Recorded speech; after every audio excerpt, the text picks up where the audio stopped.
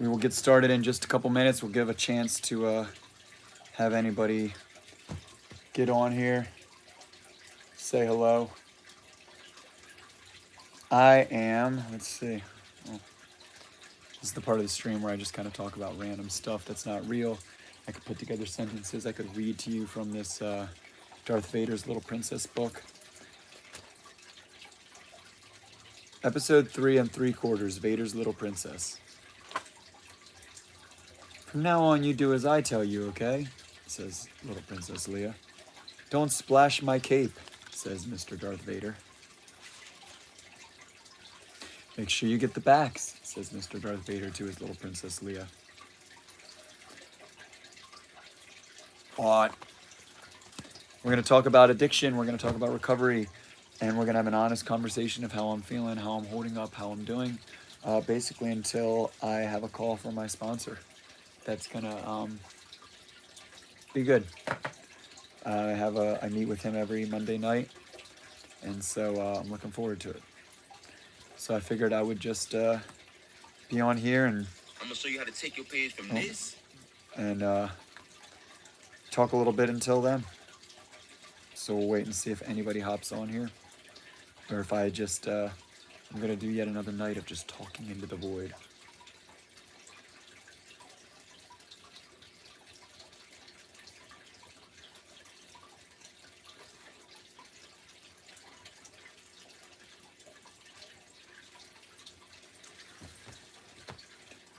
The first 2 minutes are always a little rough. And by a little rough, I mean it's me talking to myself. People would have been institutionalized for this 50 years ago, just staring at a thing and talking into it. But here we are. Welcome to the most boring live stream on all of YouTube. I never know what to do with all of this stuff.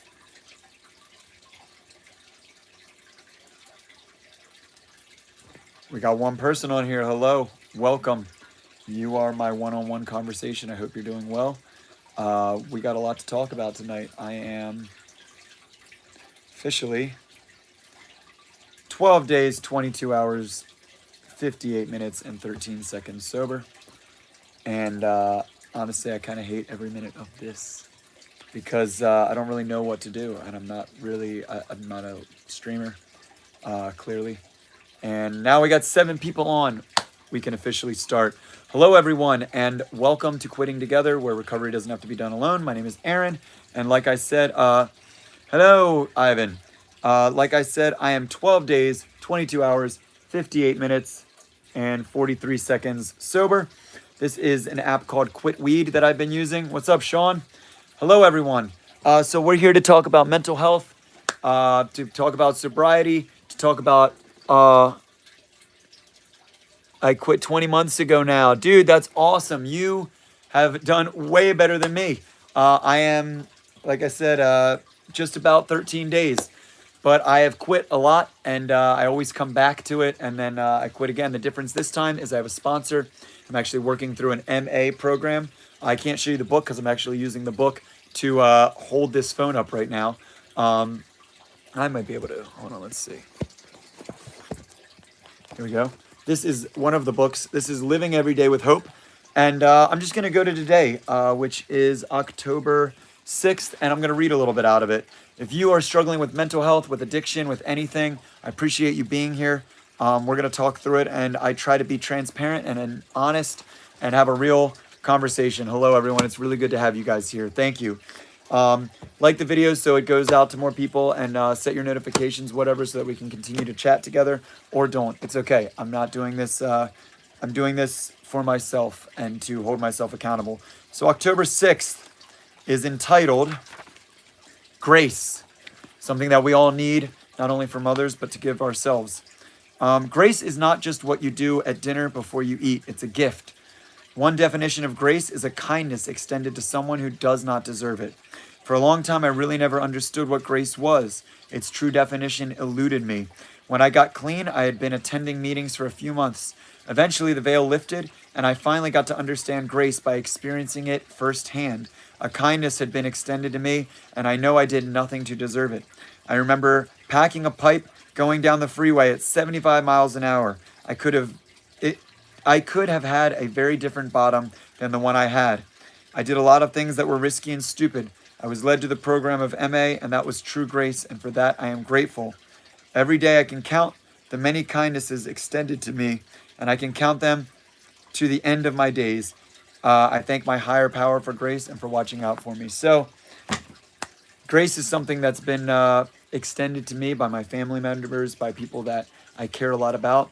It's something that I'm not very good at giving to myself, but it's something that I am working on.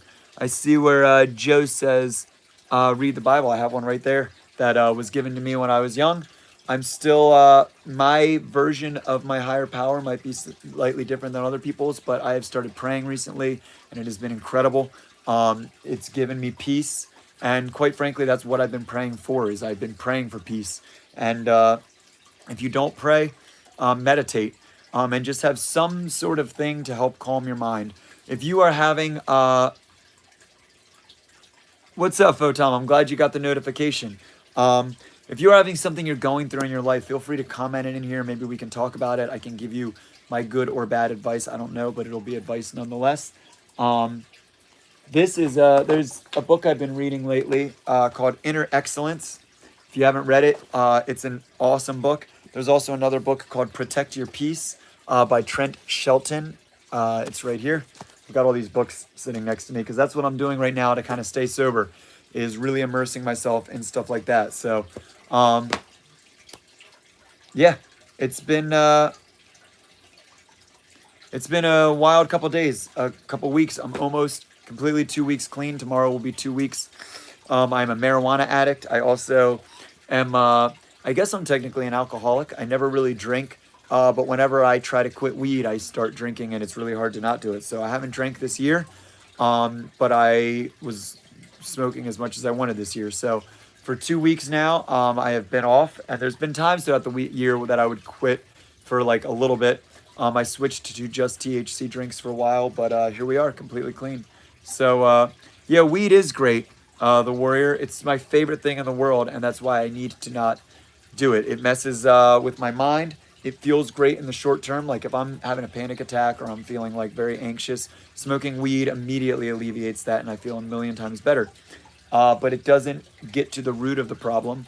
And long term, it makes me confused and forget stuff and not the person that I really want to be. If you're the Warrior, if you're smoking now, that's fine. You're at a spot in your life where you're able to do that. And thank you. You can smoke for me. For me, I cannot do it. I also probably have a much different life than you. I'm self-employed. I have a wife. I have a kid. I have a mortgage. And I just, it was not serving me well anymore. I used to count the days, but now that's past. It doesn't bother me at all now. That's awesome, man. I have an app that's helping me count the days, and maybe one day I won't have to do that either. But right now, that's where I'm at, and I'm kind of excited about all the new days and the new things I'm going through. So it's been good. Psilocybin works best for me. That's something I kind of been thinking about. I have not done mushrooms in a long time. I used to trip like in my mid-20s and stuff, but I think I'm at a point right now, like especially having a daughter and like a wife, that like I'm too nervous about it, like really changing my brain or like not having a good time. Especially right now. Maybe when I get in a better headspace, hopefully in a couple months. I've microdosed in the past, like probably a year or two. I microdosed maybe once or twice, and it was fine. But even then, it was like, if this were like a lot stronger, I don't think I would enjoy it right now. Honestly, I've just got too much stuff going on up here. It didn't used to be that way. Honestly, there was a really bad trip that I had, except for it was on 25i. Technically, it was on mushrooms, but the day before I had done 25i, I had had a great time. And then the next day, it was at a music festival. I took mushrooms, and I had the worst trip like I could have ever imagined. I forgot who I was, what I was. I could like see people that I knew really well, and like knew I kind of like vaguely recognized their faces, but I had no idea who they were. And it just, it changed me. I felt different ever since then. I got stuck in a thought loop of What am I? Who am I? What am I doing here? What am I? Who am I? What am I doing here? What am I? Who am I? What am I doing here? And it was just for a long time. I was with my friends at this festival. They told me they had to run to the bathroom, and I wasn't aware or conscious of that. And all of a sudden, I looked around, and everybody was gone, and it was awful.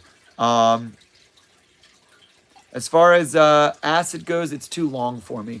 Um, I've done it maybe twice, and both times I was liking it, but by like 6 hours in, I was like ready to be done. And knowing that I still had another like 4 to 6 hours was just, it was too much. And again, with my kid, my wife, all of that stuff, it's a little too much. So, I would not want to be stuck in there. Heaven forbid something happens to my family and I am like on another planet and not able to come back for a long time. It's just too risky for me. I don't need to worry about that. I would love to maybe try like ayahuasca one time in like a controlled setting, but I don't know. I mean, I think part of being sober is sorry, my sponsor just texted me, so I'm only gonna have a few more minutes on here, and then I'm meeting with him. But I have a sponsor. He's awesome, and he is 4 years clean. He's also the singer of a band like I am, and so we're in a unique situation because a lot of times in recovery they say you have to like get away from all of the things that used to make you use, and so for me it's really hard to do that. Because I have to be in those situations. I have to still be at bars and clubs and around all of the people that I ever smoked with. And so that's really tough for me right now. But I'm making it through on gigs that go well. I'm so grateful to be there. I'm so happy to be there. And on gigs that are not going well or that I know aren't going to, like maybe not a lot of people are going to be there or something, I go into pretty severe panic attacks and feel like a failure and feel like, what the hell are you doing? Why would you choose this as a career? How are you ever going to support your family long term? This is only going to get tougher as you get older. So I'm having like an allergy attack. Um, and oh well, I don't know how I'm going to support my family when I get older. I don't know what I'll be doing 10 years from now. But I couldn't have imagined what I'm doing now 10 years ago. And so I'm just going to continue to be grateful, and I'm going to continue to take it one day at a time and see where life leads me. And I think that no matter what, that by doing that sober, it's going to be a better life, and a more clear-headed life. And for me, I know that abusing marijuana long term and other stuff like doing lots of mushrooms and all of that stuff when I was younger has been probably the biggest catalyst for my negative mental health. And so I think the only way to really start to heal that is to see what it's like to be sober. I've been sober maybe like 70 days has been the longest, but it was never really sober. I'd be sober from weed, but I'd still be like drinking occasionally and honestly drinking more than I like admitted. And so there was a time when I was supposed to have my daughter and I were going to camp in the backyard, and she was so excited and we had everything set up. And I had this moonshine that this wedding that we played had like given to us, and I didn't know how strong it was. And I drank a bunch of it, and I was like so unbelievably drunk, and that I had to have her come back inside and go upstairs. And I just felt like to this day it's the worst, like the most I've ever hated myself. And she was so sad to have to come inside, and I ruined what could have been a really, really good, sweet bonding time. I fucked it up. I ruined it, and I have to live with that. But that's something that whenever I start to think about like alcohol or like any of that stuff, that's a memory that I have to keep in my mind, because I really fucked that up. And I'm grateful that I realized that, and that was able to be a time in my life where I was able to come to terms with that. And I haven't been drunk like that since. So yeah, it's been wild. So if you're struggling with alcoholism, any sort of addiction, if you feel like you need to quit, there's a reason you're here. There's a reason this algorithm showed this to you. You did this to yourself, dude. You need to be honest with yourself. Just admit you were selfish, and we'll try to be better. Oh, absolutely. I'm not blaming anything other than my own decisions. I could blame a lot of things. I got mugged by a gang when I was 18, and I got pistol whipped a bunch. That's why my nose is broken. I have a traumatic brain injury from that, and it changed me a lot. I could blame, I'm a heart patient. You can see right here, I have a pacemaker defibrillator. I'm the second oldest person in the world with my heart condition because every single other person with my heart condition has passed away by this age. That's a lot to fucking deal with and a lot to, you know, think about, especially as a father. But it's either way, I mean, those aren't excuses, right? If anything, those are reasons why I need to make sure I'm staying more healthy and staying more proactive. So, yeah, I could blame it on, I was raised in a very, very, very strict Christian household that made me, I mean, my parents would like spank the hell out of me for watching a PG movie. If we said a word like crap or something like that, we would have to drink hand soap. I had a very like weird. It was a very. It was hard for me to know what was actually right or wrong because we would get punished for such small things. So I was also, my parents never told me that addiction ran in my family. They never drank or smoked or did any of that stuff. My mom still to this day has never drank or smoked anything in her life.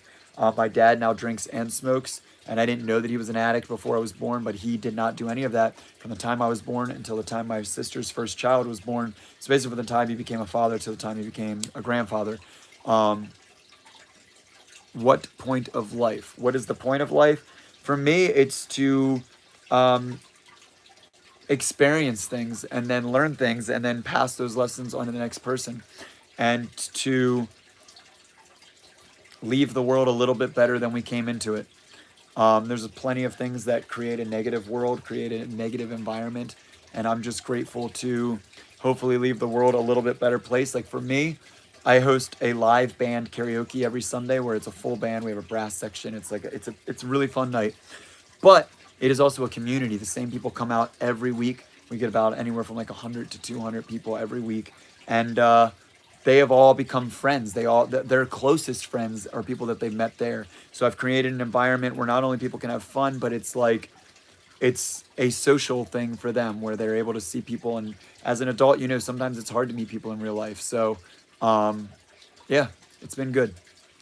So, hey guys, I'm gonna go. My sponsor is about to call me, and I want to grab some water and stuff beforehand. But keep checking back. If you didn't subscribe, it means the world to me. If you do like the video, just so that it can kind of reach out. And I'd like to build a community on here so we can continue to keep each other accountable and continue to grow together. So, thank you guys. We gotta learn from our mistakes and not keep doing the same mistakes. Absolutely. The definition of insanity is trying the same thing over and over again and expecting different results. And that's me. So, love you guys.